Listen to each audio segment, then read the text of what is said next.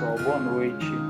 Meu nome é Carlos Júnior, eu sou conselheiro tutelar da Regional Nordeste, atualmente presidente do Conselho Tutelar. É um prazer estar aqui com vocês e quero desde já agradecer a Maria de Fátima pela confiança, a oportunidade de dar ao Conselho esse espaço, né, tão relevante. Também a toda a direção, toda a coordenação do educandário, a irmã Conceição, e vocês estão de parabéns. Essa jornada de conscientização, de aprendizagem, ela é muito relevante. Mas eu quero parabenizar também esses pais, essas mães, cada um de vocês que está aqui, que trabalhou o dia inteiro, mas está tão interessado e valoriza tanto os seus filhos, a escola em que eles estudam e querem se capacitar para isso, que estão aqui dispostos a ouvir, a aprender, e isso é fantástico. A aprendizagem é o que traz para a gente a capacidade de ter ferramentas novas para poder lidar com o que o mundo está propondo para os nossos filhos, com o que a contemporaneidade está propondo para eles, e saber lidar com isso da melhor maneira possível. Conhecimento é algo que ninguém tira. O que vocês têm aprendido ontem, o que vocês vão aprender hoje, nunca pode ser tirado de vocês. Então, eu espero que hoje a nossa conversa seja relevante, que ela seja eficaz, e que ela seja prática. Eu sou uma pessoa muito prática, então eu me preocupo muito em que tudo que nós formos conversar aqui traga conhecimento sim, traga embasamento sim, mas que seja prático. Então, se no decorrer da nossa conversa ficar alguma dúvida aí, anota no papelzinho, anota no bloco de notas do celular, e no finalzinho eu amo tirar dúvida, porque quando a gente tem esse lugar de fala, igual eu estou aqui e estou falando para vocês, eu não gosto de monólogo, eu não gosto de estar nesse lugar em que só eu falo, e eu não sei o que você está entendendo, como você está entendendo, e na hora da dúvida, na hora da conversa, a gente tem essa oportunidade de poder fazer essa troca que é rica, que talvez a sua dúvida é a mesma do outro, mas você teve coragem de perguntar e ele não. Tá legal, gente? Então é isso. Meu nome é Carlos Júnior, sou conselheiro tutelar, presidente do Conselho Tutelar Nordeste nesse momento, e nós vamos falar hoje sobre esse órgão que é o Conselho Tutelar. Da onde que saiu, como que surgiu isso, quem teve essa ideia, como que funciona, são as dúvidas que a gente quer também tratar hoje à noite. Até porque o Conselho Tutelar não é uma política pública internacional. O Conselho Tutelar, até onde eu tenho conhecimento, só existe no nosso país. Não existem nos outros países uma instância que seja o Conselho Tutelar, por exemplo. Todos os países, pelo menos a maioria deles que nós conhecemos, têm segurança pública, polícia, tem equipamentos de saúde, os médicos, tem equipamentos de educação, os professores, as escolas, mas nem todos os países têm um conselho tutelar. E por que isso? Porque o nosso país, ele vem de uma história de muito sofrimento e de muita luta. Afinal de contas, nós estamos dizendo de 300 anos de escravidão. Nós estamos dizendo de um povo que foi constituído, e esse povo somos nós, os brasileiros, dessa miscigenação entre o negro africano, o indígena, os europeus, essa mistura que depois veio contar com os asiáticos, os latinos, tudo isso gera esse contexto histórico que dá para a gente um pano de fundo do que é a nossa realidade hoje, socialmente falando. Quando a gente fala de um país que teve 300 anos de escravidão, a gente está dizendo de 300 anos em que uma raça se sobrepôs à outra. E que essa raça que foi subjugada, os negros, os indígenas, eles tinham que subsistir de alguma forma. Você já ouviu aquela máxima, aquela história de que, olha, não toma leite e come manga depois que você passa mal. Você já ouviu isso?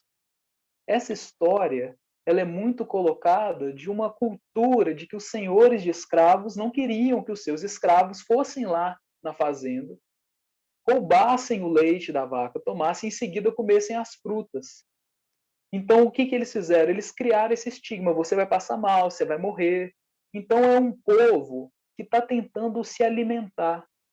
é um povo que está tentando viver, é um povo que está querendo morar, é um povo que está querendo subsistir minimamente. Os quilombolas, as tribos indígenas. E conforme os anos foram passando, o filho do escravo vai nascendo escravo, e essa cultura escravocrata de revolta, de rebelião, de injustiça social, em que se quer lutar por algo justo, mas as políticas governamentais lá da era imperial não alcançavam os escravos. Eles eram para os burgueses, eles eram para outra camada da sociedade. E o que esses escravos começam a fazer quando eles começam a experimentar da lei do ventre livre, entre outras leis? Eles começam a estar à margem do que se chama sociedade organizada. E então eles vão ocupando esse espaço de marginais. E a partir daqui a gente começa a nossa conversa sobre por que existe o Conselho Tutelar. Eu queria pedir a Maria de Fátima para projetar o slide, por gentileza. Por quê? Em dado momento, alguém decidiu fazer alguma coisa. E o que é que foi feito? As pessoas começam a se organizar para poder proteger essas crianças que precisavam desse mecanismo de cuidado, para não entrarem no chicote, para não serem subjugadas, para não serem abandonadas para a morte, para não serem vítimas de um aborto. Então, cria-se essa figura que vocês estão vendo, que é a roda dos expostos. O que é a roda dos expostos? Era aquele lugar em que os escravos que não tinham condições de cuidar dos filhos, ou mesmo os burgueses, senhores de escravos, engravidaram as suas concubinas e não queriam assumir o cuidado com aquelas crianças, eles colocavam a criança nesse compartimento e giravam, fechavam a porta e giravam o compartimento. Esse bloco de concreto que vocês estão vendo, com esse compartimento giratório, ele ficava fixado numa parede. Então, quando girava esse compartimento, ele dava para dentro de um cômodo. E esse cômodo tinha lá as pessoas que acolhiam aquela criança, zelavam por ela, e o Império se organizou para poder prover alimento para essa criança, inclusive colocando amas de leite. Pode passar, irmão. Pode passar, por favor. E nesse entregar de crianças, essa política pública que tentou acolher essas crianças que eram deixadas à morte, acabou gerando um fenômeno social, gente, que talvez tenha sido até pior. As pessoas começaram a cada vez mais, dar os filhos para a adoção, dar os filhos para essa entrega, essa roda dos expostos. Então, eles eram abandonados muito mais do que quando não havia essa política. E algumas das mães das crianças as abandonavam e se candidatavam para amas de leite, para poder abandonar o filho e, sem se revelar mãe desse, poder receber uma quantia financeira do Império para poder amamentar o próprio filho, se apropriando assim da política pública para bem próprio. Pode passar, por favor. Então, como essa ação protetiva, nós estamos falando de um Brasil do século XIX tentando se organizar para proteger essas crianças que estão ali abandonadas à morte, à deriva. E nesse momento, as Santas Casas de Misericórdia, elas começam esse papel social de prover para essas crianças proteção, assistencialismo, desde o nascimento ali até o momento em que a mãe talvez não iria cuidar ou iria abandonar, até porque as obras das Santas Casas de Misericórdia estão muito ligadas nos fundamentos da doutrina cristã, né? Como o cristianismo propõe essa caridade, propõe esse assistencialismo, essa empatia, esse zelar pelas minorias, pelos que não conseguem se defender. Então, a gente vê até uma movimentação das Santas Casas, através da igreja, exercendo esse papel protetivo, mas enquanto o governo não fazia nenhuma ação protetiva em favor das crianças. Pode passar, por favor. Muitos anos depois, a gente chega num Brasil um pouco mais organizado, num Brasil mais república, em que é constituído o Código de Menores. Eu acho que todo mundo aqui lembra daquela época em que chamava-se criança e adolescente de menor. Aí o menor, ele é de menor, o que já diminuía a criança e o adolescente enquanto indivíduo, enquanto pessoa. Olha só, pegar cada uma dessas individualidades das crianças e dizer que todo e qualquer um abaixo de 18 anos é um menor, é diminuir muito a complexidade de um processo de desenvolvimento infantil, de alguém que está aprendendo a ser gente. Afinal de contas, pessoal, ninguém nasce sabendo. Ninguém nasce sabendo ser gente. Ninguém nasce sabendo se inserir no meio social, como as coisas funcionam, como as famílias se organizam, como a sociedade se organiza. Tudo isso é aprendido. Agora, esses menores, que são muito fruto daquela camada social que foi vítima de escravidão, que são muito fruto daqueles que estão na marginalidade da política pública, que não são enxergados, eles começam a gerar eles começam a gerar crianças de rua, crianças em trajetória de vida nas ruas. E isso gera um contexto para que a política da época se organizasse na constituição desse Código de Menores, em que o lema era a preservação da ordem social. A grosso modo, tinha-se aquele estigma de que eu não quero os pivetes no centro da cidade roubando, eu não quero. O que faz com eles? Pega e prende. Mas prende com quem? Prende junto com os adultos. Ah, é? Então eles respondem igual aos adultos? Isso, respondem. E o que acontece quando você põe crianças e adolescentes presos com os adultos? Abuso físico, abuso psicológico, abuso sexual, uma doutrinação de criminologia quase, um ensino de que fazer o errado é o único meio de subsistência e de que aquela vida na marginalidade é o único caminho que eles possuem, de que eles não têm amparo, ainda que depois de algum tempo foram criadas as FEBEMs, mesmo assim vai se perpetuando aquele estigma da marginalidade. Pode passar, por favor.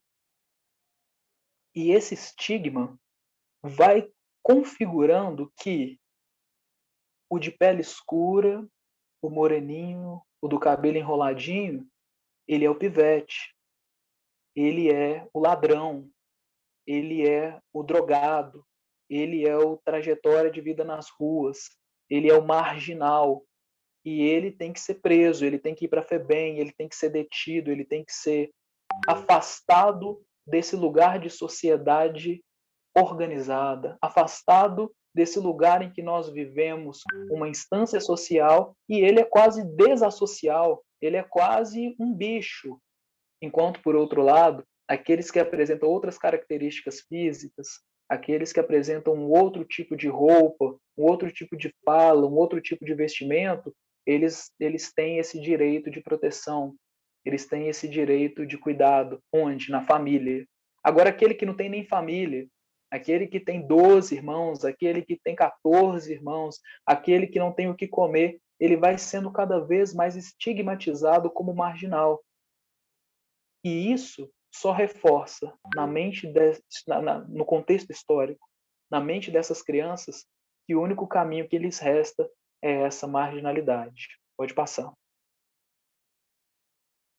E o resultado disso é muitos adolescentes e muitas crianças passavam pelas medidas de responsabilização por infração penal e saíam do centro de internação escolarizados no crime. E começavam a tomar os centros da cidade cada vez mais, praticando furtos, assaltos, tráfico, uso de substâncias entorpecentes.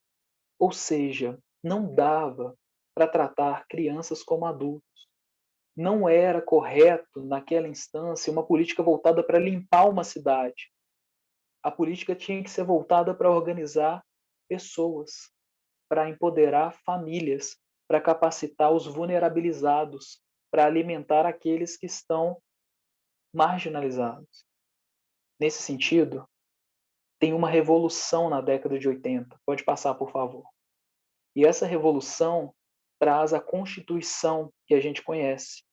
E o mais legal é que em todo esse processo da força constituinte, fazendo aquele movimento democrático pelo país, eles lembram dessas crianças, eles lembram desse histórico de marginalização, desse histórico de injustiça social, desse histórico de pessoas que estão vulnerabilizadas desde a escravidão.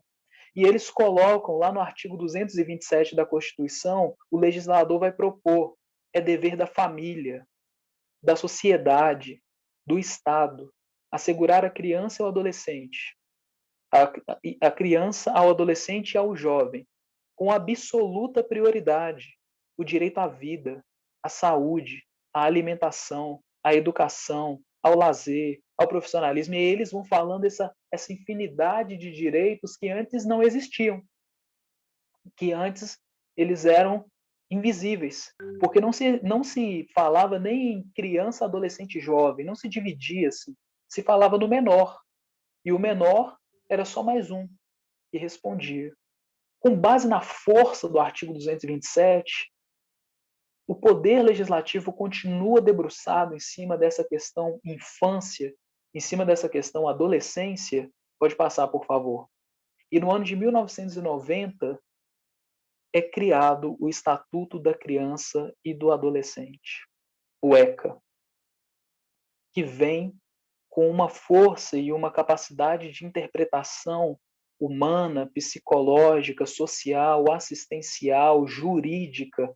Ele vem nessa instância para poder ocupar esse lugar de proteção de uma infância, de uma adolescência, proteção daqueles que estão se desenvolvendo, daqueles que estão aprendendo a ser gente, para que, em poucas palavras, para que eles tenham a oportunidade de se tornar aquilo que eles podem se tornar, o potencial máximo deles de ser pessoas dignas, de ser pessoas congruentes, pessoas honestas, pessoas éticas, pessoas trabalhadoras, pessoas contribuidoras para a nossa sociedade.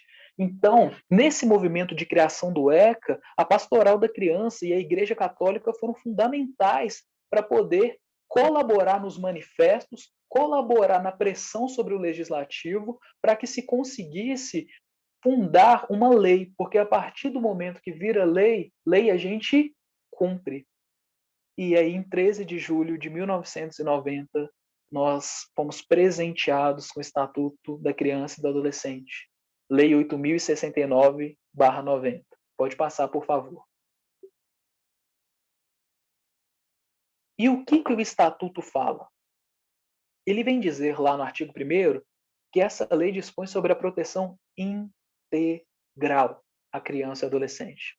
Ou seja, a gente não quer mais pegar esses meninos e esquecer deles na vida, trancar eles numa jaula. Pelo contrário, eu quero que toda a complexidade de quem eles são, de onde eles moram, de onde eles vêm, quem é a família deles, o que eles vão fazer no presente e no futuro, onde eles acessam, o que eles comem, onde eles estudam, eu quero que tudo isso integral seja protegido.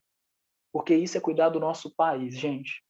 Cuidar da criança é cuidar do nosso país.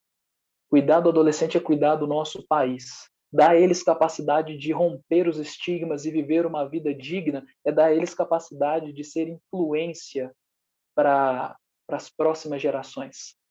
Palavra desse que vos fala, que um dia, muito antes de ser conselheiro, já esteve na marginalidade, na adolescência. Eu já fui detido na adolescência, já cometi ato infracional, já respondi por ato infracional, mas olha a importância da política pública da criança e do adolescente, dando essa oportunidade de que alguém como eu, com a cor de pele que eu tenho, morando no bairro em que eu morei minha vida inteira, crescendo mesmo com a humildade que a minha família tem, de se tornar alguém que faz algo relevante para a própria comunidade. O que nós queremos, o que o Estatuto vem propor é isso, oportunidade de se desenvolver em proteção e, ainda que tropeçar, conseguir se levantar protegido para seguir um caminho bom, honesto, legal na vida. E aí o artigo 2º começa a diferenciação.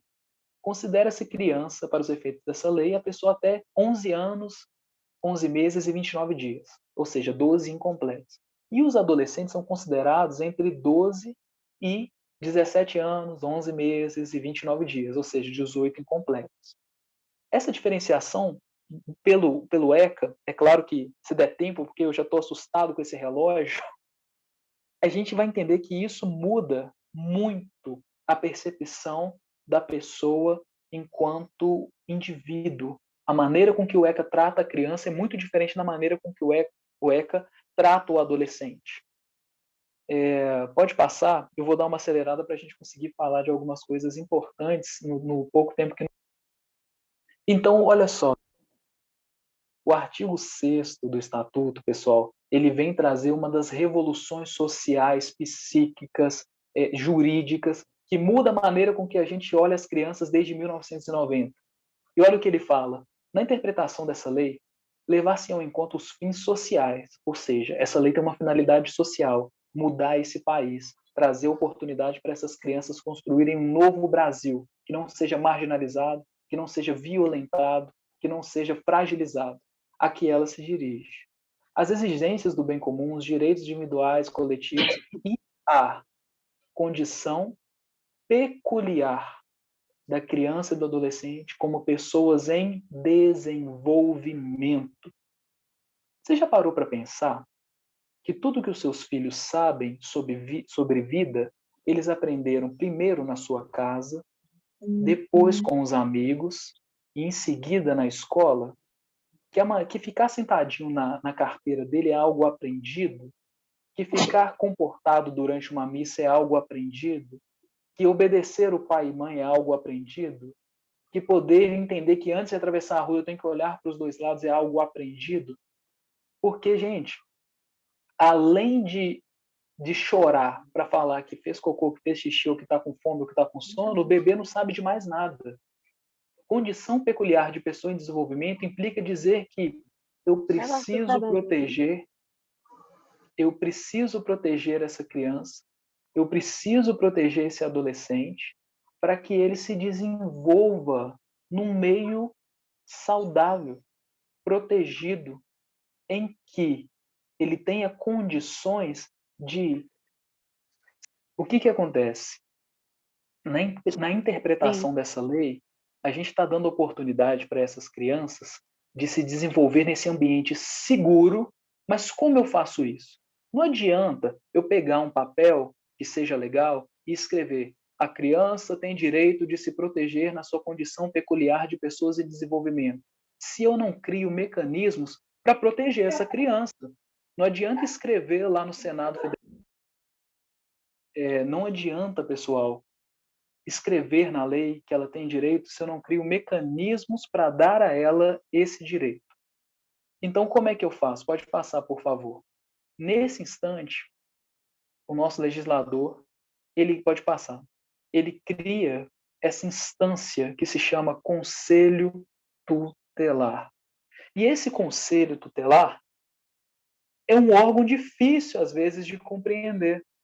Por isso que a maioria das pessoas acaba tendo aquela compreensão errônea de que o conselho existe para tomar o meu filho de mim, para colocar o meu filho num abrigo preso, de que se eu vacilar, meu filho vai sair do meu cuidado.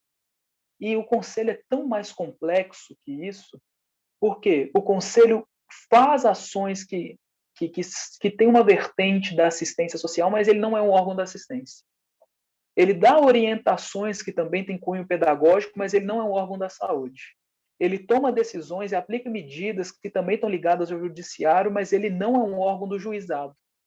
O artigo 131 vai dizer que o Conselho Tutelar é um órgão permanente, o que significa que ele não pode ser extinguido nunca, ou seja, o Conselho Tutelar tem que sempre existir na sociedade.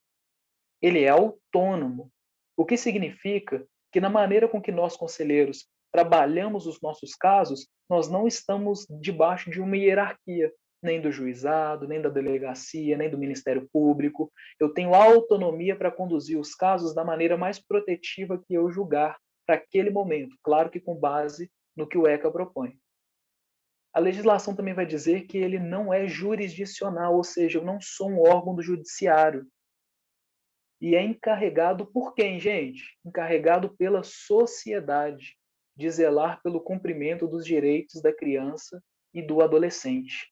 Então, por isso, o conselheiro tutelar ele passa por um processo de escolha em que também contém a última parte uma eleição, porque é a sociedade que tem que apontar aquele indivíduo, aquela indivíduo e falar, olha, você é a nossa referência na comunidade. Você é a pessoa aqui que vai nos representar no conselho para proteger a criança e o adolescente aqui da nossa regional. Então, esse empoderamento do conselho tutelar, ele vem encarregado da sociedade. Então, Carlos, você falou para a gente que tem uma questão histórica, sim, de marginalização, de violação, de fragilidade, e que agora existe esse órgão para proteger as crianças e que o legislador cria uma lei, cria um órgão para poder executar essa lei. Que bacana. Mas como que ele executa? Ora, a gente começa aqui no artigo 98 do Estatuto entendendo quem são as únicas 3 possibilidades de pessoas que podem violar o direito da criança e do adolescente. São só 3. O direito dessa criança e desse adolescente pode ser violado quando? Por ação ou omissão da sociedade ou do Estado. E quando isso acontece? Eu quero vaga na EMEI para o meu filho e não consegui. É direito. Está no artigo 53, inciso 5 do Estatuto. É direito? É. O Estado te deu? Não. Então o Conselho Tutelar tem que defender o direito do seu filho estar sendo violado pelo Estado. Eu tenho direito a tratamento de saúde para minha filha, o Estado não está dando. É direito? É. O Estado não está dando? Não. Então, ok, o Conselho vai entrar e vai defender a sua filha nesse direito dela. O ponto 2 vai dizer que o direito dessa criança e desse adolescente também pode ser violado por falta, omissão ou abuso dos pais ou responsáveis. Sim, nós que somos pais também podemos ser os violadores desse direito. Quantas vezes, desculpa, quantas vezes eu já atendi pais e mães que eram violentos com os filhos de uma maneira absurda, hostis, negligentes, abandonavam, ou seja, nesse momento em que o pai, o responsável, a mãe, ele viola o direito, o conselho também tem que proteger essa criança desse responsável. E aí, se der tempo, a gente vai ver como. No terceiro parágrafo, a gente também vai entender que esse direito da criança, esse direito do adolescente, ele pode ser violado em razão da sua própria conduta. Como assim? Ele mesmo pode violar o direito dele? Pode. Se ele está se colocando deliberadamente numa situação de risco, se ela está se colocando deliberadamente numa situação de perigo, ou em que o direito dela à educação está violado, ela está com direito à saúde violado, ela está com direito à proteção violada, à segurança violado, à dignidade violado, entendeu? Então, quando a gente fala disso, a gente está dizendo que a própria criança pode se colocar em risco. E não foi culpa do Estado, não foi culpa da sociedade, não foi culpa dos pais, dos responsáveis, foi uma razão de uma conduta dela. Porque, como a gente disse, como eles estão nesse processo de desenvolvimento, errar é humano. Errar faz parte da caminhada didática, de aprendizagem. A maneira com que nós vamos fazer com que eles lidem com esses erros tem que ser pedagógica, tem que trazer uma lição que aponte para uma finalidade, para um objetivo, para um propósito e com clareza. Então, sim, o adolescente pode ser o próprio autor da sua violação. E aí entra o desafio do conselho nesses casos, como proteger quem não quer ser protegido, como resguardar quem não quer ser resguardado. E nesse momento é o momento em que o conselho tem que dar os braços para a rede de proteção, dar os braços para os pais e para a família e construir estratégias que possam garantir que essa criança, esse adolescente estejam protegidos ainda que deles mesmos. Pode passar, por favor. Então, quando acontecem essas violações de direito, o Conselho Tutelar pode aplicar medidas protetivas, em conjunto ou isoladamente. E essas medidas, elas podem ser substituídas a qualquer momento. O que significa que, se o conselheiro atuou e aplicou uma medida, mas viu que ela não foi tão eficiente quanto precisava ser, a qualquer momento ele pode ir lá e aplicar outra. Ou mesmo que ele aplicou uma medida, mas que foi necessária naquele momento e que depois ele precisaria aplicar outra para complementar a primeira medida, ele pode fazer isso, porque essa é a linha da proteção integral com base na proteção imediata. Ou seja, naquele momento, naquele contexto, o conselho avaliou que o melhor era aquilo, com as informações que o conselho tinha. A partir do momento que o conselho obteve mais informações e mais contexto, o conselheiro e o conselho podem entender que outra medida é melhor para aquela família, para aquela criança que não foi a primeira aplicada. E aí, na aplicação dessas medidas, tem que ser levado em conta as necessidades pedagógicas, preferindo-se aquelas que visem o fortalecimento dos vínculos familiares. Então, aquele estigma de que o conselho quer tomar seu filho, o conselho não quer. O próprio estatuto está dizendo: olha, eu quero dar ferramentas para esse pai, eu quero dar ferramentas para essa mãe, para essa avó, para esse tio, para essa tia, para esse irmão mais velho, para esse responsável, para esse guardião, para esse tutor. Eu quero dar para ele ferramentas com as quais ele possa exercer essa função protetiva de autoridade e garantir para essa criança o caminho de proteção, o caminho de desenvolvimento sadio. Então, a primeira coisa que eu quero quando um caso chega no conselho é avaliar o quanto esses pais ou responsáveis podem ser ajudados no seu processo de proteção dos próprios filhos. Porque a gente sempre vai entender, lembra lá no artigo 1º que a gente leu? É dever da família, e depois da sociedade, e depois do Estado. Então, o Estado vai sempre tentar garantir para essa família a capacidade de lidar com o seu próprio contexto familiar. Então, todos esses slides que nós passamos, e que em breve nós vamos ter uma nova oportunidade de conversarmos juntos, eles falam muito disso, de como que o conselho, em que o conselheiro, em que eu me baseio para poder aplicar uma medida. E ali, em resumo, está dizendo o seguinte, que eu tenho que fazer, que nós temos que aplicar as medidas que são menos invasivas à família, que capacitam mais esses pais, que dão ferramentas, que propõem uma proteção, mas que também ensinam um caminho de caminhar, de condução da família, que também não podem ser tão drásticas no primeiro momento, mas que tem que garantir sempre, a qualquer momento, a proteção dessa criança. Essa criança não pode voltar para o contexto de violação, não pode voltar para o contexto de abuso, para o contexto de abandono, para o contexto de violência. E o conselho tem que tentar, a partir das suas ferramentas, por isso que é muito importante o conselheiro ser alguém da comunidade, por isso que é importante ele saber o contexto daquela comunidade, ele tem que avaliar até que ponto a intervenção é eficaz naquele contexto, daquele bairro, daquela comunidade, dentro daquela família. Então, o artigo 136 diz que são as atribuições do conselheiro tutelar.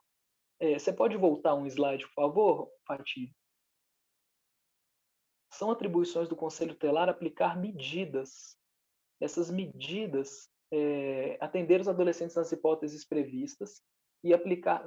Você adiantou, eu queria que você voltasse, por favor. E aplicar medidas protetivas. Porque quando o Conselho aplica as medidas protetivas, ele está garantindo o bem dessa criança, desse adolescente. Eu estou vendo que está tendo uma dificuldade. Se você puder voltar para a gente. Se não voltar também, eu sigo o meu slide aqui e alcanço você, se tiver difícil. Então, o artigo 136, ele vai dizer o quê? Ele vai dizer que são atribuições do Conselho Tutelar. 1. Atender as crianças e adolescentes nas hipóteses previstas do artigo 98 e 105. O 105 está dizendo que é o ato infracional cometido por criança. Quando uma criança comete um crime, ela não tem que ser levada para um processo na delegacia judicial. Lembrando que criança é até 12 anos incompletos. Ela tem que ser levada para o conselho, porque ela tem que ter uma medida que seja protetiva para ela. E o artigo 101 e o artigo 98 vai dizer que as pessoas que podem violar o direito são aquelas três: Estado e sociedade, pais ou responsáveis, ou a própria conduta da criança e do adolescente. Nesse sentido, quando a gente verifica, em qualquer hipótese, essa situação de violação de direito, quais medidas eu posso aplicar? Aí no slide que vocês estão vendo, está mostrando a partir da medida 4, mas eu vou ler para vocês aqui a 1, 2 e 3. A primeira medida que o conselheiro pode aplicar é o encaminhamento dessa criança aos pais ou aos responsáveis mediante um termo de responsabilidade. Isso acontece quando? Quando essa criança é encontrada, às vezes vagando sozinha, ou levada até o plantão do conselho, porque o nosso conselho de BH, pessoal, ele funciona 24 horas. Ou seja, quando os conselhos regionais fecham 6 horas da tarde, lá na Rua Tupis, número 149, abre o plantão, que vai desde 6 da noite até as 8 da manhã do outro dia. E ele funciona em feriados, ele funciona em finais de semana. Então, quando um conselheiro recebe uma criança e precisa entregá-la para esse responsável, é aplicado um termo de proteção, um termo de entrega, para que oficialize-se isso. O parágrafo 2º, que não está aí para vocês, mas eu estou lendo aqui, ele diz que também são medidas aplicadas pelo Conselho a orientação, o apoio e o acompanhamento temporários. Às vezes, o que essa criança está precisando é de uma orientação, o que esse pai está precisando é de uma orientação. E essa é uma das medidas do Conselho. Lembrando que quando a gente está falando aqui das medidas do artigo 101, nós estamos dizendo de medidas aplicadas para as crianças. Daqui a pouquinho a gente vai ver as aplicadas para os pais. E o artigo 101, parágrafo 3º, ele vai dizer que uma das medidas que o Conselho pode aplicar é fazer com que seja efetuada a matrícula e frequência obrigatórias em estabelecimento de ensino para essa criança. O artigo 4º, o parágrafo 4º, que é o que vocês estão vendo, vai dizer que o conselheiro pode fazer a inclusão em serviços e programas oficiais ou comunitários de proteção à família, à criança e ao adolescente. Então, nós temos programas assistenciais que existem para isso e que são acessados através do conselho tutelar, quando o conselho percebe essa necessidade de um acompanhamento contínuo, mais de perto, e que dê para essa família essa propriedade de conseguir capacitar-se para essa proteção. Então, isso é muito legal, porque isso mostra para a gente que não é o conselho que vai ficar lá visitando todo dia, ligando todo dia, vendo como está. O conselho aplica medidas. A partir do momento que o conselho aplica medida, ele entende que esse órgão que existe, da assistência social, da educação, da saúde, está executando essa medida e está fazendo com que essa família alcance a proteção através do cumprimento dessa medida protetiva. O parágrafo 5 vai dizer para a gente que o conselheiro tutelar pode requisitar tratamento médico para essa criança ou adolescente, psicológico ou ainda psiquiátrico, e em regime hospitalar ou ambulatorial, quando necessário. E o sexto vai dizer que o conselho também pode incluir em programa oficial de auxílio e orientação a tratamento contra alcoólatras ou pessoas que tenham dependência química de outras substâncias entorpecentes. E esse último aqui, que é o sétimo, ele vai dizer que também existe essa medida protetiva, que não é necessariamente do conselho, mas que o conselho aplica excepcionalmente, que é o acolhimento institucional. E o que é isso? Quando esgotam-se todas as medidas existentes e não existe família extensa que possa se responsabilizar por essa criança, por esse adolescente, quando não há esse lugar, o conselho tutelar precisa garantir que essa criança tenha alguém para cuidar dela e tenha um lugar para ficar. Então, esgotadas as medidas, a criança pode sim ser destituída do poder familiar dos pais e ser encaminhada para uma instituição, para um abrigo, onde ela vai ter cuidado, onde ela vai ter alimentação, onde ela vai ter educação, acesso à escola, onde ela vai ter higiene, onde ela vai ter acesso à saúde. Mas lembrando que o conselho faz isso excepcionalmente e sempre lembrando que essa é a última medida. É quando as outras se mostram insuficientes. na maioria das vezes, quem executa essa medida é o Poder Judiciário, tá ok? Gente, eu tenho tanta coisa legal que eu queria falar, mas eu vou encerrar por aqui, terminando falando das medidas que são aplicáveis para as crianças. Não vai dar tempo de entrar nas aplicáveis aos pais. E eu queria abrir para as perguntas. E aí a gente tem 30 minutinhos para poder fazer as perguntas. Lá, das medidas para os pais, pessoal. A gente vai entender que tem medidas que são para as crianças, que têm que ser direcionadas para as crianças, mas tem medidas que são necessárias, às vezes, para esses pais. Sobre as crianças, o Estatuto põe no 101, e aos pais ele põe no 129. Então, o 129 vai dizer o seguinte: o artigo 136, parágrafo 2º diz que é a atribuição do Conselho atender e aconselhar os pais e responsáveis, aplicando as medidas previstas no 129, de 1 a 7. E as medidas do 129, de 1 a 7, são as seguintes. Primeiro, encaminhar esse pai, essa mãe, esse responsável, a programa oficial ou comunitário de proteção à família. Então, às vezes, tem programas que são do governo, por exemplo, o CRAS, Centro de Referência da Assistência Social, o CREAS, o Centro Especializado da Assistência Social, o PAEFRE, que é o Serviço Especializado de Atendimento à Família e ao Indivíduo, de atendimento e proteção à família e ao indivíduo. Tem uma série de equipamentos e serviços públicos que são para a proteção da família. Mas também tem ONGs, tem associações, tem programas comunitários que desenvolvem esse trabalho. E o Conselho pode tanto encaminhar para essa instância pública, como para essa instância das organizações não governamentais, desde que o trabalho dela seja conhecido e realize essa intervenção com os pais que seja protetiva. Para quê? O parágrafo 1 está dizendo? Para proteção da família. Então,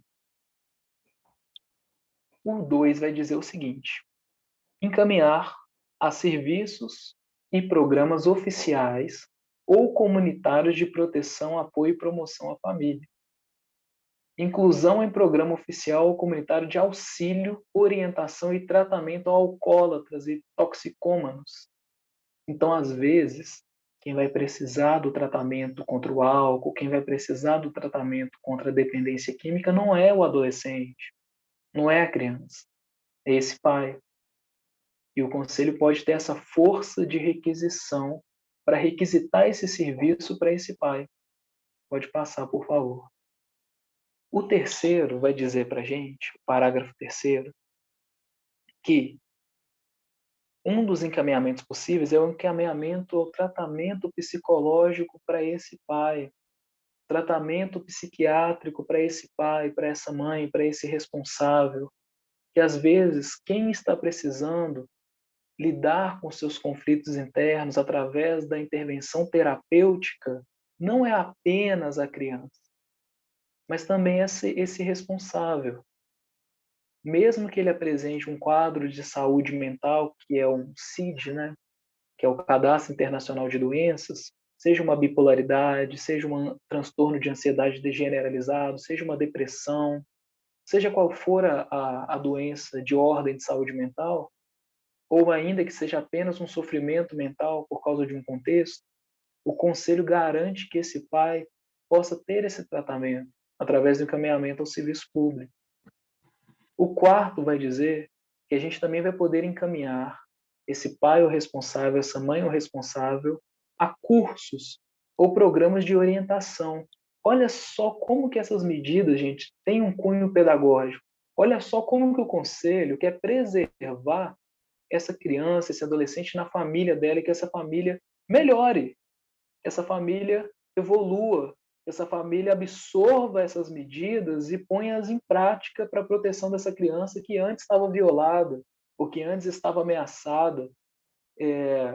O quinto vai dizer que do Conselho também, fazendo com que esse pai tenha a obrigação de matricular o filho e acompanhar a frequência e aproveitamento escolar, porque também não é só matricular, é participar das reuniões da escola, é saber das notas, é acompanhar a frequência dele, é garantir que ele tenha acesso à educação.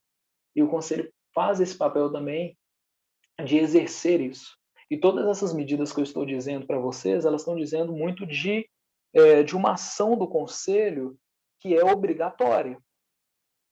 Eu estou dizendo para vocês de requisição de um serviço público, ou seja, a partir do momento que esse serviço está requisitado, que essa medida está aplicada ao pai, existe essa competência de cumprir a medida. Porque descumprir as medidas do conselho também implica em responsabilizações, em aplicação de outras medidas ou encaminhamento dos órgãos competentes. Então, além de matricular o filho, o sexto vai dizer da obrigação de encaminhar a criança ou adolescente a tratamento especializado, quando for o caso, quando precisar de algum tratamento que esses pais talvez não estejam dando. E o artigo 7º, assim como o artigo 7º o parágrafo 7º do artigo 101, ele acaba sendo um dos mais drásticos, que é a advertência do conselho. Lembra que lá no 101 era o acolhimento da criança. Aqui, para o pai, uma das medidas que o conselho tem de mais drásticas é essa advertência. Lógico que além da perca do poder familiar quando acontecem situações excepcionais. Quando esse pai é advertido pelo conselho, ele assina um termo de advertência e esse termo fica para fins de registro, pode ser inclusive encaminhado para as instâncias judiciais, Ministério Público, enfim. Pode passar, por favor. Então, quando a gente está dizendo da complexidade desse conselho garantir a proteção, a gente também está dizendo que, para que o conselho, além de encaminhar no artigo 101 essas crianças para as medidas, além de encaminhar no 129 esse pai para a medida, quando a gente está falando da relação do conselho com o Estado, com o governo, com o serviço público, o conselho tem essa autoridade de que, para que a decisão feita pelo colegiado dos conselheiros seja executada, o conselho pode requisitar serviços públicos, que é o que está dizendo aí a linha A do artigo 136. Requisitar serviços públicos nas áreas de saúde, educação, serviço social, previdência, trabalho e segurança. Ou seja, quando o conselho requisita, é um cumpra-se. Eu requisito uma vaga na rede municipal de educação do ensino fundamental para criança X. Eu requisito a proteção, que a força policial execute a função de proteção para essa criança nesse momento e nesse instante. Eu requisito que o tratamento médico necessário, eu requisito que o acompanhamento assistencial necessário seja cumprido, eu requisito essa vaga de acesso à profissionalização. Então, tem esse contexto do poder do conselho não executar, e essa é a maior diferenciação. O conselho não executa suas medidas, mas ele as requisita. Então, o conselho entende o contexto, atende a família, requisita as medidas e a rede de garantia de direitos as executa. A linha B vai dizer que quando acontecer e for necessário, o Conselho pode representar junto com a autoridade judiciária os casos de descumprimento injustificado das decisões do Conselho. Então, a gente também tem essa intercorrência, não que o juizado esteja numa hierarquia acima do Conselho, mas quando há descumprimento das medidas do Conselho, o conselheiro, o Conselho Tutelar pode encaminhar para o juizado para que aquele indivíduo, aquela instituição, aquele serviço público que descumpriu injustificadamente as medidas do conselho possam responder na forma da lei ao juizado.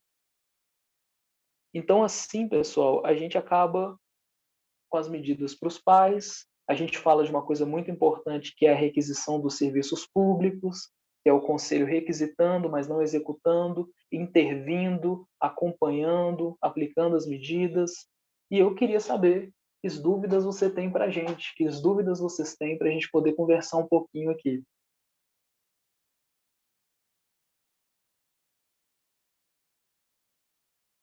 Carlos, tem uma pergunta aqui, deixa eu ler para você. Gostaria de saber, em respeito a uma criança especial, no caso, essa criança especial é a pessoa PCOD, né? Pessoa com deficiência, em que os avós são tutores dele.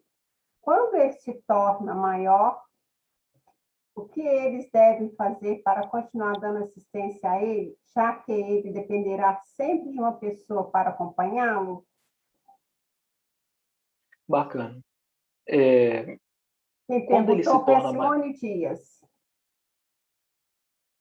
Simone, quando o Aqui, corrigindo, no caso, ele é uma criança autista.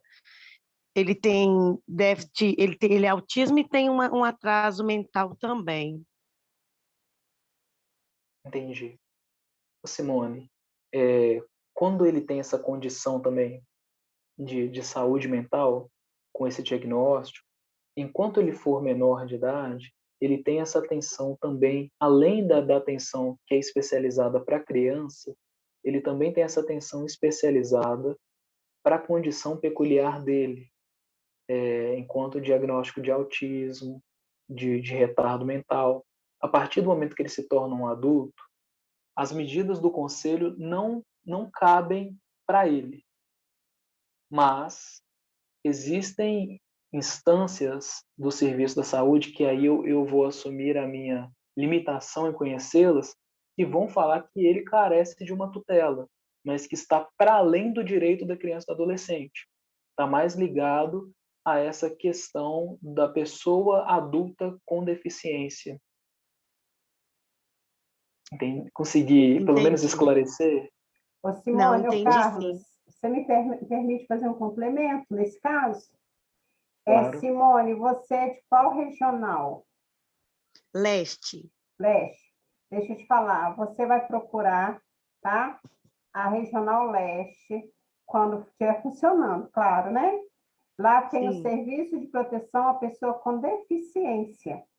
E lá eles vão te dar orientação, tá? A respeito Sim. desse caso aí. Que realmente não é mais com o Conselho Tutelar, né, Carlos? Ele já está se tornando maior e a pessoa com deficiência, ela é uma política, né, pública, né? Só aqui em Belo Horizonte que tem.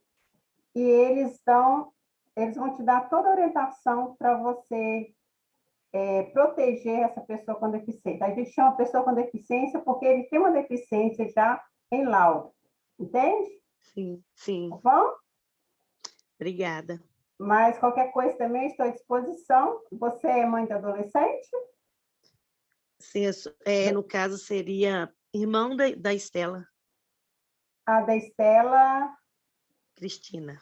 tá. Mas a pergunta é, você tem adolescente no educandário? Tenho. Então, é a Estela. A Estela, qualquer coisa eu estou à disposição, tá? Para estar orientando acerca disso, tá? Eu posso passar o telefone de lá da Regional Leste, só que não está funcionando presencial, né? Mas eu Sim. posso estar olhando para você também a questão do contato para você ligar e receber a orientação, tá bom? Obrigada. Boa Então noite. tá, boa noite. Obrigada, Carlos. Boa noite. Por nada. A Prazer. Luciana Oliveira está com a mãozinha levantada. Pode? Boa noite a todos. Sou a mãe da Maria Eduarda Oliveira. Dizer que foi muito boa a palestra. Na verdade, meu não é nenhuma dúvida, é só mesmo para dizer que um pouco sobre o medo, que muitas vezes as pessoas não denunciam, não falam nada, justamente por medo, que às vezes traz, elas sofrem ameaças. Então, para deixar isso claro, para as pessoas não terem medo, às vezes de denunciar, de ajudar uma criança ou um adolescente. Com certeza, Luciana. Queria fazer um adentro nessa fala da Luciana, que a gente tem uma ferramenta muito boa para acolher denúncia, que é o Disque Direitos Humanos. É só discar o número 100. Para denunciar, você não precisa se identificar, você não precisa nem saber o nome dos pais e da criança. Se você tiver só o endereço ou o local em que está acontecendo a violação, você faz a denúncia ligando no Disque 100, é uma ligação gratuita. Eles também estão operando com o WhatsApp agora, e essa denúncia chega rapidinho no conselho, às vezes chega no mesmo dia. Então é muito importante assumir esse papel de comunidade protetiva. A gente está vivendo esse fenômeno social da pandemia e como as comunidades têm se unido na ausência presencial das escolas. Porque antes da pandemia, as escolas eram uma ferramenta que encaminhava para o conselho muitos diagnósticos de violação. Afinal de contas, as crianças estavam lá todo dia. E isso trazia para os professores, para a coordenação pedagógica, para a direção, um olhar muito cuidadoso com aquela criança, de perceber se estava acontecendo algo no comportamento, ou se ela estava demonstrando alguma coisa.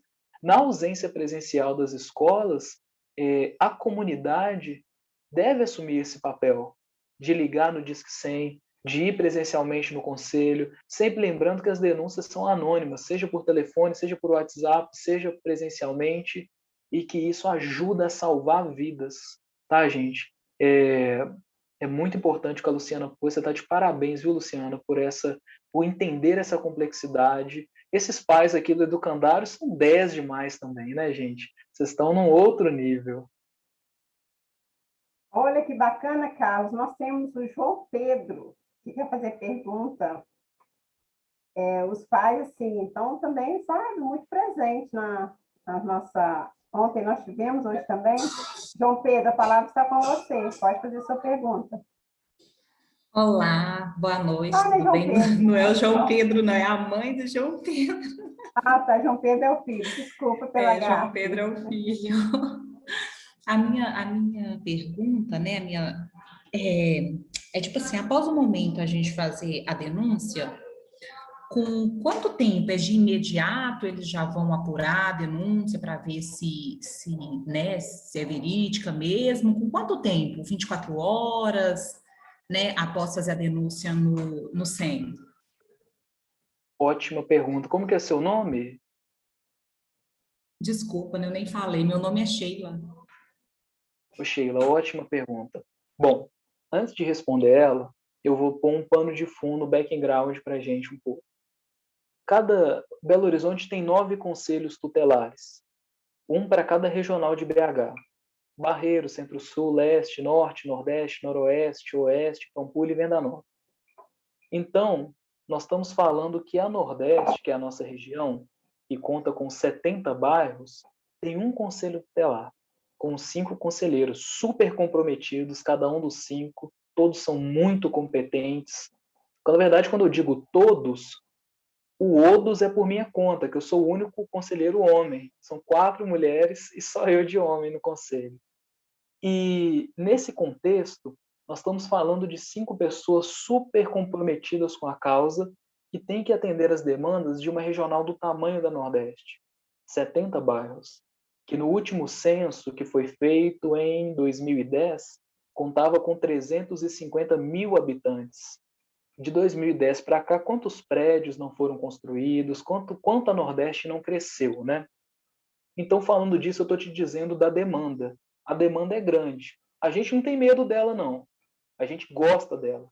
Quanto mais demanda, mais a gente pode trabalhar, mais a gente pode proteger. Tem que chegar na gente a demanda. Inclusive para que em algum momento no futuro possam ser feitos mais conselhos tutelares. Mas quando você me pede para dizer de prazo, eu vou dizer muito da maneira com que eu conduzo os meus casos. É óbvio que o Conselho Tutelar Nordeste segue uma linha matriz condutora, mas o caso, quando chega para a gente avalia a complexidade, o risco de vida, a vulnerabilidade com base na idade, porque a gente tem que elencar prioridades entre as prioridades, e isso é um desafio muito grande.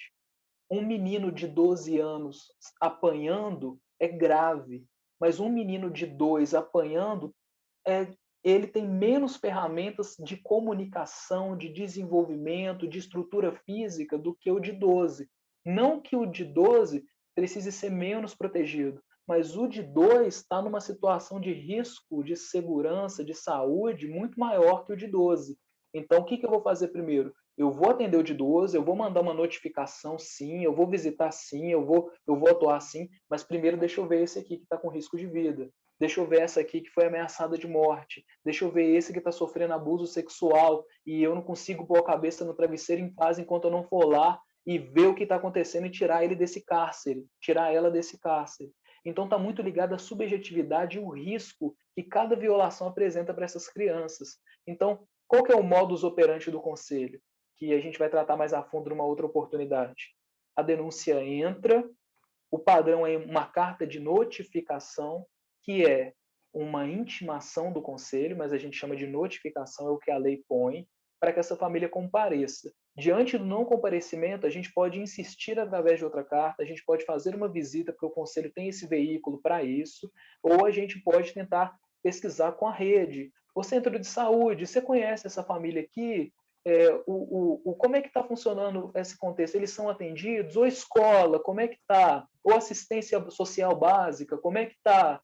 E aí a gente vai tentando cercar essa família de proteção e salvar essa criança. Agora, se é em um dia, se é em 15 dias, é muito difícil mensurar, porque depende do fluxo de denúncias. Vou te dar um exemplo legal, você vai entender. Sheila, antes da pandemia, janeiro, o conselho lotava de denúncia. Todo mundo querendo vaga na educação infantil, nas EMEIs, todo mundo com problema de vaga nas escolas de ensino fundamental e ensino médio. Então, era uma época que o volume de denúncias era tão grande que os processos ficavam um pouco mais lentos do que o normal. Então, assim, depende muito do movimento social que está acontecendo em Belo Horizonte. Época de carnaval é uma época que o conselho também se enche de denúncias. Então, com um prazo, é muito complicado. O que eu consigo te garantir vai ser atendido, vai ser tratada essa denúncia. E se o conselho se vê impossibilitado de alguma forma, limitado de alguma forma, o conselho vai passar essa bola para cima, sim. Vai procurar, sim, se articular com a delegacia, com o Ministério Público, com o juizado da vara da infância, com o juizado criminal, mas quietos a gente não fica. Conselheiro é essa raça meio inquieta, assim, esse povo meio que não aguenta viver com injustiça, que tem dificuldade de lidar com essas coisas, que não vai para casa enquanto não resolve o problema. Os conselheiros da Nordeste têm essa coisa de ficar lá assim, ó, deu a hora de ir embora, mas está todo mundo muito compenetrado na sua missão. Porque é uma missão de vida, né, gente? Encarar esse desafio tem que ter um valor de realização pessoal, porque se não for para uma realização pessoal de uma missão de vida que você se sente convocado para isso, a pessoa não aguenta, porque é muito desafiador, muito pesado, mas quando você ama, você faz. A Wanda quer falar agora. Quer fazer pergunta com a palavra, Wanda. Boa noite. Boa Eu sou a noite. mãe da Alice Vitória, ela está aí com vocês. Eu queria saber o seguinte, que muitas das vezes as crianças são agredidas, aí vem a denúncia, o conselho tutelar recolhe as crianças dos pais. Aí muitas das vezes alguns pais são presos, né? E depois de passado algum tempo, o pai entra na justiça ou a mãe que seja, requer a guarda da criança. No momento, eles perdem, né? O conselho recolhe as crianças, leva ela, e depois os pais pede a guarda de volta. E muitas das vezes, na justiça, eles obtêm essa guarda de volta. Aí eu queria saber por que não tem, já que já tem o histórico, os pais agrediu, não pode correr o risco dele ser agredido de novo? Ô, Wanda, é muito relevante o que você está falando. A gente tem uma boa relação com o juizado, sabe? O conselho tem uma boa relação com o juizado. A gente tem uma linha de comunicação muito eficaz, principalmente com o juizado da infância. Contudo, isso acontece, isso é uma realidade. E essa realidade está posta por causa do que o ECA vem propor. Permanência da família, preservação da família, capacitar os pais, sabe? Dar oportunidade, dar ferramenta para esses pais. E como a gente está falando de uma ciência humana, ela não é uma ciência exata. Eu lembro que certa vez, esse caso me toca muito. Certa vez eu recebi a denúncia de uma menina que estava sendo maltratada pela madrasta. Ela estava subnutrida porque a madrasta cuspia nas refeições dela e o pai aparentemente não sabia, além de bater em lugares que não deixavam marca aparente. Quando essa denúncia vem para a gente, eu sento na frente dessa criança, eu tenho um desafio muito grande. Ver o que está acontecendo com ela em uma conversa, talvez, para que ela não saia da minha sala e volte para aquela casa, para aquele contexto.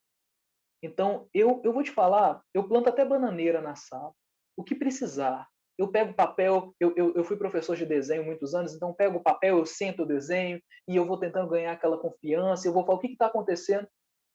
Ela chega e me fala, está acontecendo isso. Mas não conta, por favor, não conta para o meu pai, ele vai ficar bravo comigo, não conta para a madrasta que eu te contei. E nessa hora eu sou muito franco. Olha, eu vou falar, mas eu vou falar é para o seu bem. Você precisa ser protegido, não é certo o que está acontecendo com você. A gente chama lá na sala, porque a gente atende primeiro a criança separada e depois os responsáveis. A gente chama lá na sala esse pai, essa madrasta, ela nega, a gente conduz todo mundo para a delegacia, um BO é feito e o pai, a gente põe para o pai uma condição. A sua filha só volta para sua casa se a madrasta sair. Porque o conselho pode afastar o agressor do lar.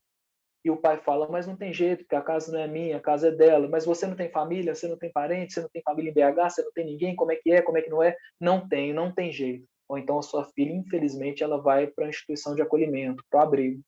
E quando ela entra no abrigo, vira um processo judicial, ok? Ok. Ele aceita.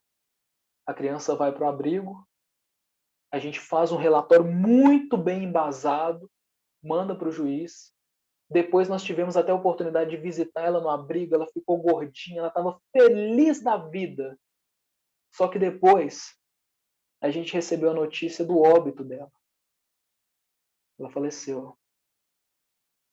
O juizado, acreditando no poder familiar, acreditando no que preconiza o ECA, que é a garantia do poder familiar, nas ferramentas da família, devolve ela para o pai. E a gente não toma conhecimento disso, porque quando o juizado toma uma ação, ele não nos comunica. Não necessariamente, todas as vezes, não é obrigação dele. Só quando ele acha que deve. E essa criança volta para o pai, contrai uma dengue hemorrágica e suspeita-se que ela não tenha tido o tratamento adequado. Então ela vem a óbito. E isso abalou todos nós do Conselho Nordeste. Porque a gente construiu um caminho de proteção. E a gente viu uma criança perder a vida. Essa é uma história. Então é algo que foge do nosso controle, sabe, Wanda? Mas o que eu tento fazer, eu quero de noite, aqui em casa, pôr a cabeça no travesseiro em paz. Eu sinto que Deus me deu essa missão. Então, para que essa missão tenha sentido na minha vida, eu tenho que me entregar de corpo e alma. Então, eu faço tudo o que eu posso. Mas essas circunstâncias a gente está meio que sujeito a elas. E não é culpa do juizado, sabe? É meio que é uma tentativa. Foi uma tentativa, sabe? É complicado, mas existe. O que você falou é real e existe. E o conselho fica limitado a essa instância de comunicar com o juizado e tentar dar para ele, olha, a realidade que nós percebemos é essa. O que está acontecendo que nós percebemos é isso. Viu? Não, sem problema. Desculpa, mas porque quando se trata de criança, entendeu? Eu tenho 2, eu amo meus filhos, entendeu? Mas assim, eu estou perguntando porque eu vejo muitos casos, passa na televisão, entendeu? Que depois volta para a família, não vai ter, se maltratou, vai continuar maltratando, entendeu? Aí é por isso. Ai, me desculpa pelas lágrimas, porque realmente é uma história. Não preocupa não. Mas para a gente levantar um pouco esse astral, para cada caso desse que é uma história triste, eu sou testemunho de ver vários pais que abraçaram a oportunidade de mudar de vida e proteger seus filhos. É real também, acontece. O difícil é a gente prever qual pai vai fazer isso e qual pai não vai. Por isso que eu também não posso culpar o juizado. A gente está nessa jornada de tentar garantir a essa criança uma vida boa com a família, ou com uma vida protegida, onde quer que seja. Mas eu entendo a sua dor, também sou pai, é desafiador. Carlos, nós temos mais 2 perguntas com a mãozinha e tem aqui no chat também. Então, a Lê levantou, né? Está com a palavra. A Lê, depois você, tá, Maria Helena? Boa noite. Eu fiquei sabendo do evento através do WhatsApp do Carlos. Meu nome é Alessandra. Muita gente me conhece como a Lei Gestão de Projetos. Tenho um neto autista, amo demais, ensinamento e tanto. Trabalho com DAOs de maiores também, que é, para mim, um desafio muito grande. Acabou que a Wanda, ela acabou já introduzindo a minha pergunta. Eu faço um trabalho na Leste e eu fiquei muito preocupada com uma galerinha que já faz trabalho social e da forma que foi falado do Conselho da Leste, que eu sei que eles ralam muito também. Eu acompanho todo mundo porque a área social, né, mexe com a gente, igual o Carlos falou. É como quem trabalha com a área social já ganha de brinde um coração de mãe. E a minha pergunta era justamente essa, que eu falei numa forma como cidadã civil, né? O Carlos pode falar para a gente de uma forma técnica, e eu vi, tipo, às vezes as pessoas confundem muito, né? O conselho tutelar com a polícia, como o Tribunal da Justiça. E, graças a Deus, assim, pelo que eu fui de acompanhar na reunião que eu estive numa comunidade, deu assim, uma luzinha no pessoal para perceber que o Conselho Tutelar ele é um braço forte, né, para ajudar aquelas pessoas que tenham cuidado com seus filhos e ajudar aquelas pessoas que, às vezes, por uma cultura, né, que não tinha tanto conhecimento, tanto acesso à informação, elas vieram multiplicando alguns erros, que infelizmente hoje em dia eu ainda ouço muito falar, e assisto pessoas que eu trabalho que tipo loas é coisa de vagabundo, pai com preguiçoso, mas na minha época não tinha síndrome do pânico, eu cresci, hoje agradeço os tapas dos pais. Então, hoje tem muita gente que tem a consciência e consegue entender que foram criados programas governamentais ou não, para justamente trazer isso. Olha, por que hoje a menina não é permitida a menina casar aí com 12, 15 anos, que não é aconselhável, entende? Porque uma menina que às vezes ela é vista como assim, o assado, sendo que às vezes o pai não tem a consciência de que ele deixa entrar na casa dele um programa, ou um colega do colega que às vezes vai trazer ali conceitos que você não deixaria seu filho seguir, mas ele segue porque, tipo, está ali dentro. E a minha pergunta é o que me deixou muito preocupada. Eu estava até na Leste, viu, Simone Dias? Se você quiser depois procurar também, passar aí o contato do pessoal lá da Leste. E nós tivemos aí no dia 18, né, na questão a luta contra o manicômio, né, manicomial, a questão do abuso infantil também, e, infelizmente, é algo que cresceu, a saúde mental, tanto de nós adultos, não só por conta da pandemia, mas proliferou mais por conta da pandemia, né?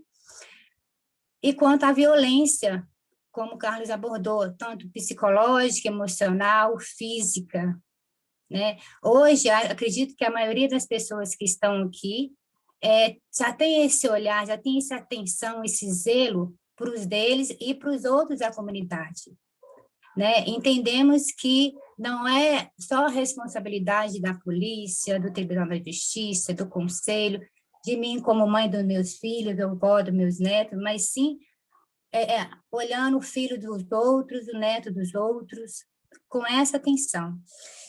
Eu gostaria de perguntar para o Carlos, a gente como comunidade, como cidadão comum, como nós podemos colaborar, né? Seja junto à escola, junto ao posto de saúde, junto a qualquer evento comunitário, qualquer organização, de maneira segura, porque nós entendemos que o conselheiro ele tem toda uma proteção, né? Que vai estar ali porque o Estado vai já estar ajudando. Como que nós, como comunidade, podemos, mesmo com esse serviço anônimo, né? Ajudar para salvar tantas vidas no físico e até mesmo no psicológico dessas crianças ou até mesmo adultos que às vezes fica com tanto medo, deixa protelar tanto tempo que quando chega no conselho tutelar, o conselho tutelar não tem ferramentas para continuar ajudando. Então, às vezes a pessoa fala, poxa, já tem 6 meses que eu estou ouvindo uma criança chorar assim assado, eu sei que não é mãe, e vai deixando por medo, por falta de conhecimento. Então, o que a gente, como comunidade, cidadão, podemos trabalhar junto com segurança e o Conselho Tutelar nessa ação que realmente são os grandes herdeiros aí do nosso país. Primeiro, obrigado, viu, Alessandra, pela sua presença. É um prazer ter você aqui com a gente. Você viu lá no status do WhatsApp e fez questão de participar. Eu me sinto muito honrado, de verdade, com sua presença aqui. Inclusive, no final, eu queria deixar meu WhatsApp para todo mundo, quem precisar, ou quem não está precisando, graças a Deus, mas em algum momento precisar, ter essa linha de contato direto comigo. Bom, eu acredito muito no poder que está no povo. A comunidade tem um papel fundamental, porque a comunidade é a segunda instância depois da família. A primeira instância de proteção da criança tem que ser a família, mas quando a família falha, até que um ACS, um agente comunitário de saúde vá ver, até que a professora vá perceber, até que o conselho vai perceber, até que a assistência social básica vá perceber, a comunidade percebe antes. A comunidade ouve os gritos, a comunidade ouve abusos, a comunidade ouve violência, e quando a comunidade vai exercendo esse papel primeiro, né, de denunciar, seja presencialmente, seja pelo Disque 100, e segundo, de trazer esse conselho para a comunidade, de falar, vamos fazer uma junção aqui de quem tem essa visão protetiva e vamos chamar o conselho para vir trocar uma ideia e dar uma palestra? Artigo 136, inciso 9, o conselho pode vir e palestrar e trazer conscientização comunitária. O que eu estou fazendo aqui hoje, essa noite, gente, com muito prazer, é a atribuição do conselho, conscientizar, promover proteção, sabe, ensinar. Então, primeiro, vamos denunciar. Segundo, vamos trazer o conselho para perto. Terceiro, vamos buscar instâncias, porque o que eu percebo hoje como conselheiro, estou no conselho há 6 anos. Eu percebo, mas trabalho com criança há 15. Eu percebo essa carência de algumas lacunas do sistema de garantia de direitos. Por exemplo, eu percebo a falta de um acompanhamento terapêutico psicológico que não seja só para quem é bipolar, autista, depressivo, ansioso, mas o acompanhamento psicológico para o adolescente que está em crise existencial, que está com medo do futuro, que está chorando de noite, que está querendo ir para as drogas. Eu sinto falta também de uma coisa que antigamente acontecia na AMAS, né, que era a Associação Municipal de Assistência Social, que era o Grupo para a Paz. Nossa, esse Grupo para a Paz faz uma falta, que era um lugar para onde o conselho encaminhava os pais juntos, assim, sentadinhos, tipo a gente está aqui, trocavam ideia, cresciam juntos, tinha um psicólogo, orientador jurídico, assistente social, nesse espaço de conversa. Então, quando essa pessoa que assume esse papel comunitário, talvez fortalecido pela escola, talvez fortalecido por um vizinho, e começa a se mover nesse sentido, a gente vai trabalhando uma prevenção. E isso não tem preço. Quando precisar remediar, acesse o conselho, me acesse. Mas para prevenir, a gente pode trazer o conselheiro para perto, para esses eventos, para essas conversas, apesar da questão da pandemia, do distanciamento social, a gente tem que ser criativo para cumprir isso. E, no segundo momento, tentar nos articular enquanto política comunitária. Vamos juntar aqui no bairro, vamos fazer uma ONG? Nós estamos precisando. Vamos fazer uma associação? Nós estamos precisando. O que a gente pode fazer pelas crianças? Essas crianças aqui do bairro X estão precisando de quê? Comida? Vamos junto lutar por cesta básica, mas sempre trazendo o conselho como parceiro, conselho como orientador, como uma bússola para dar o norte e como essa pessoa que também vai abraçar a causa e articular na instância pública. Então, acho que é trazer o conselho para perto, gente. É chamar a gente, é bater na porta, é mandar mensagem, é ligar, porque aí a gente faz a função preventiva. A questão que é já para remediar a violação é realmente o canal de denúncia, ele não tem igual. Mas para prevenir, a comunidade é a segunda instância depois da família. A Maria Helena agora quer falar, tá? Está aguardando. Maria Helena, é com você. Boa noite para todos. Boa noite, Carlos. Eu sou a mãe da Ana Clara Valeriano. A pergunta que eu quero fazer, Carlos, é porque eu tenho um conceito, né, diferente da palestra que foi feita hoje, né?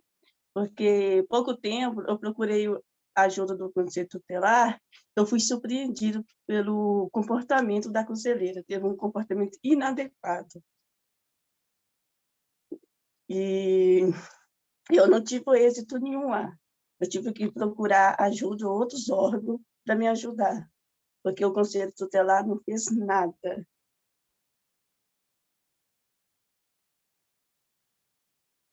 Mas fica delicado para você expor o que está acontecendo. Se ficar, anota o meu WhatsApp e me chama depois. A gente sabe, né, Maria Helena, que em todas as instâncias, seja qualquer profissão, gente, qualquer profissão do mundo, os profissionais são diferentes, né? As pessoas estão sujeitas a dias diferentes, a contextos diferentes. Talvez a gente vai com uma expectativa e é surpreendido com outra, mas eu acho que o caminho é bater na porta do conselho de novo, né? Talvez se você se não encaixou a maneira do seu atendimento da maneira que você gostaria, somos 5. Vamos tentar ser atendido por outro, vamos tentar ver o que outras abordagens o conselho propõe, sabe? Para a gente ver que caminhos que podem ser trilhados.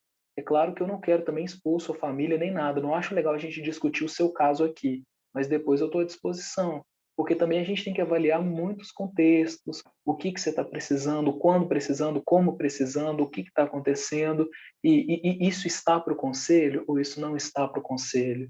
Mas é uma coisa que atravessa todos nós. Eu não sei qual que é a profissão de cada uma, de cada um de vocês, mas isso acontece, gente. Tem coisas que fogem do controle, não é? Na verdade, eu fui atendida por 3 conselheiras. E todas 3, assim, a primeira, eu não vou falar o nome, né? Teve um comportamento assim, que eu percebi que ela não tinha preparo nenhum para estar naquele trabalho, entendeu? Eu, por educação, eu não chamei a viatura e fiz um boletim de ocorrência, que eu fui pedir ajuda para ela, né, com relação ao meu filho, e ela deu um conselho, meu filho, que ela não poderia dar de jeito nenhum, como conselheira, né? E eu voltei novamente, procurei outra conselheira que me atendeu, e não fizeram nada. E que eu tive que procurar? Eu tive que procurar ajuda, né, na delegacia especializada de crime contra criança e adolescente. Lá, sim, eles resolveram o meu caso. Um caso que o Conselho Tutelar poderia ter ajudado, mas a conselheira só deu um mau exemplo. Ela estava despreparada para assumir esse trabalho. Ela não tem preparo nenhum. Ô Maria Helena, então, na condição de presidente do Conselho Tutelar Nordeste, eu te peço desculpas pelo que você viveu, por essa experiência. Eu não tomei conhecimento desse fato e o meu papel é mesmo desculpar. A gente está aqui para servir, né? É por isso que o conselheiro é considerado um servidor público. O meu papel é servir a comunidade e eu faço questão de, se ainda houver tempo do conselho intervir em algo, você pegar o meu contato que nós vamos passar aqui no final, entre em contato comigo e aí a gente conversa, marca um atendimento lá no conselho e a gente vê o que aconteceu, mas sem expor para os outros colegas que estão aqui na reunião, porque pode ser, eu não sei, mas pode ser que era algo que estava para a delegacia, algo criminal, né? Não, E aí, não era algo. Não era esse caso. Era um caso que o Conselho Tutelar tinha autonomia para resolver, só que a conselheira ela teve um comportamento inadequado. Não vou dispor ninguém, sabe? Porque a gente também, né? Todos nós temos um dia mau, né? A gente tem que saber também que tem dia que a pessoa não está bem, né? Mas eu, infelizmente, se fosse para me procurar o conselho tutelar hoje, eu não procuraria mais, por causa do comportamento inadequado da conselheira. Eu só não denunciei ela, né? Porque a gente também tem que dar uma chance para a pessoa. Mas o comportamento da conselheira, infelizmente, né? Eu tive que levar até testemunha na segunda vez, na terceira vez que eu retornei lá, porque eu fiquei muito surpresa e também fiquei desapontada, porque a gente espera uma coisa do órgão, né? E, infelizmente, fui surpreendido pelo comportamento e vi com uma pessoa que não tem preparo nenhum para estar naquele, né? Para estar nessa, ainda mais para resolver assunto que envolve criança. Mas Olha, eu estou inteiramente à disposição, inteiramente. Pode entrar em contato, vamos conversar, vamos trabalhar isso. Porque não é essa imagem que a gente quer que o conselho tenha na comunidade, né? Que bom que a gente tem essa oportunidade, que bom que você está aqui. Que bom que a gente tem essa oportunidade de refazer isso, né? A gente tem que assumir, sim, essa responsabilidade. Estou aqui para isso e estou à disposição. Vamos ver e vamos ajudar no que ainda puder ser feito. Tá legal? Não Carlos, deixa de me mandar uma mensagem. Carlos, só desculpa te interromper, já interrompendo. Maria Helena, obrigada, né, pela sua contribuição. Já são quase 9 horas. Só tem uma pergunta no chat que eu vou fazer para você e depois a gente pode encerrar, tá? Porque eu estou vendo que tem muitas perguntas e pode ser que a gente prolongue muito e a maioria das pessoas estão cansadas, precisam descansar. E você também, né? Que está doando o seu tempo para nos servir, né? Então, eu vou fazer essa pergunta e logo em seguida você pode fazer as considerações finais, a gente passa para a irmã Conceição e a gente encerra. Combinado? Combinado. A pessoa, né, está perguntando, uma adolescente que ela parte do princípio que ela é trabalhadora, né, ela trabalha como adolescente aprendiz, que a adolescência trabalha como aprendiz.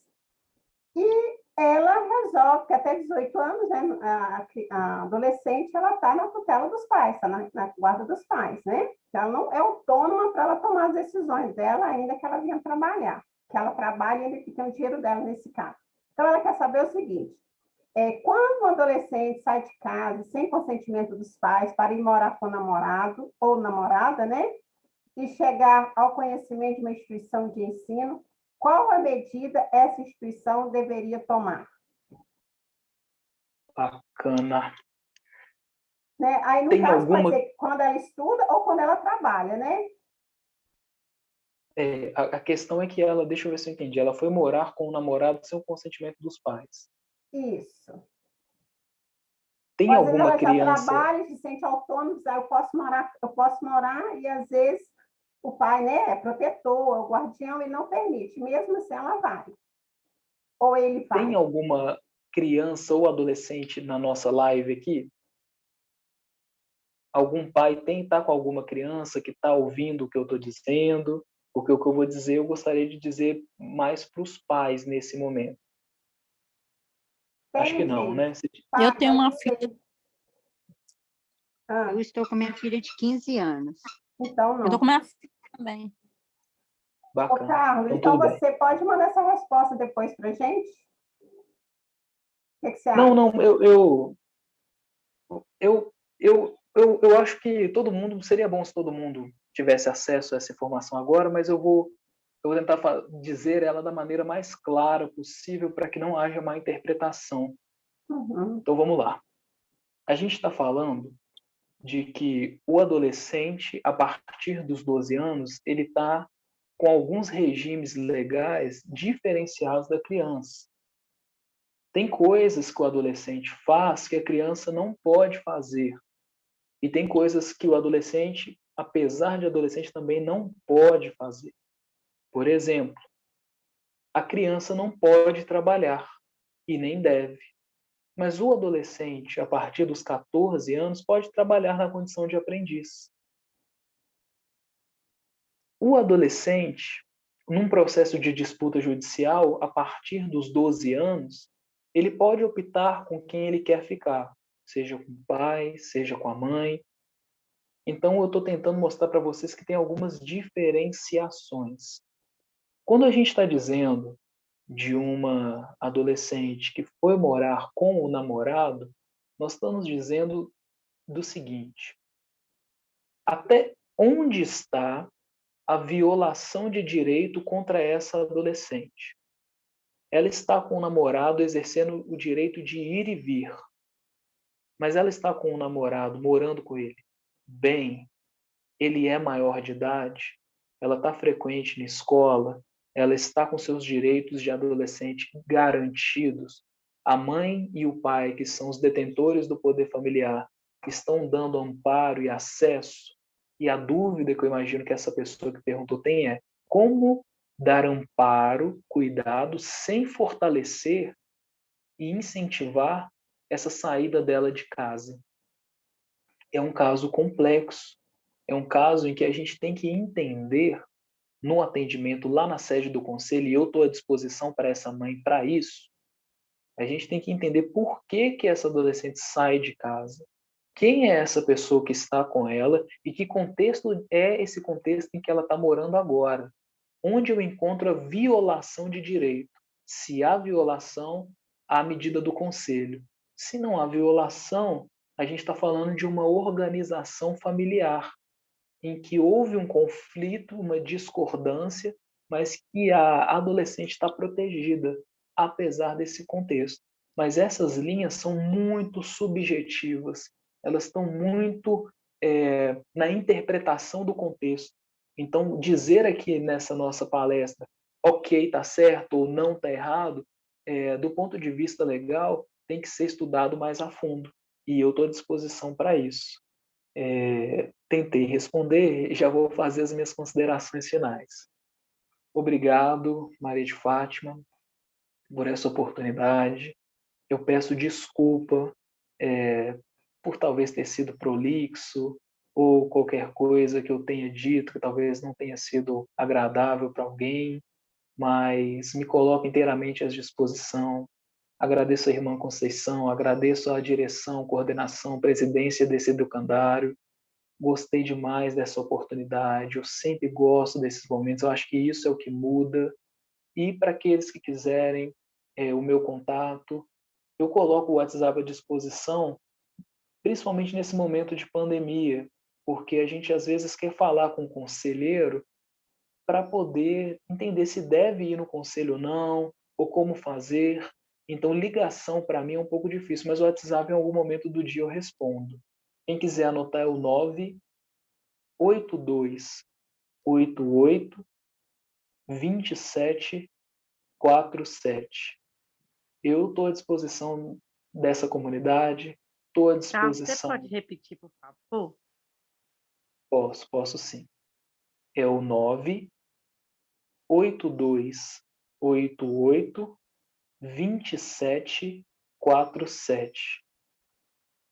Eu estou à disposição dessa comunidade, estou muito feliz por ter participado, espero que o pouquinho que a gente conversou tenha sido útil. Desculpa, mas falhou de novo o início, só falou 9. Está no chat, gente. Só pegar aí no chat. Isso, Obrigada, Tainá, bom. pela contribuição. Alguém colocou no chat, e eu só tenho a agradecer. Estou à disposição, eu acredito que o caminho da mudança é esse. Desejo a todos vocês uma boa noite e só gratidão para expressar que Deus abençoe todas e todos com a graça dele. Irmã?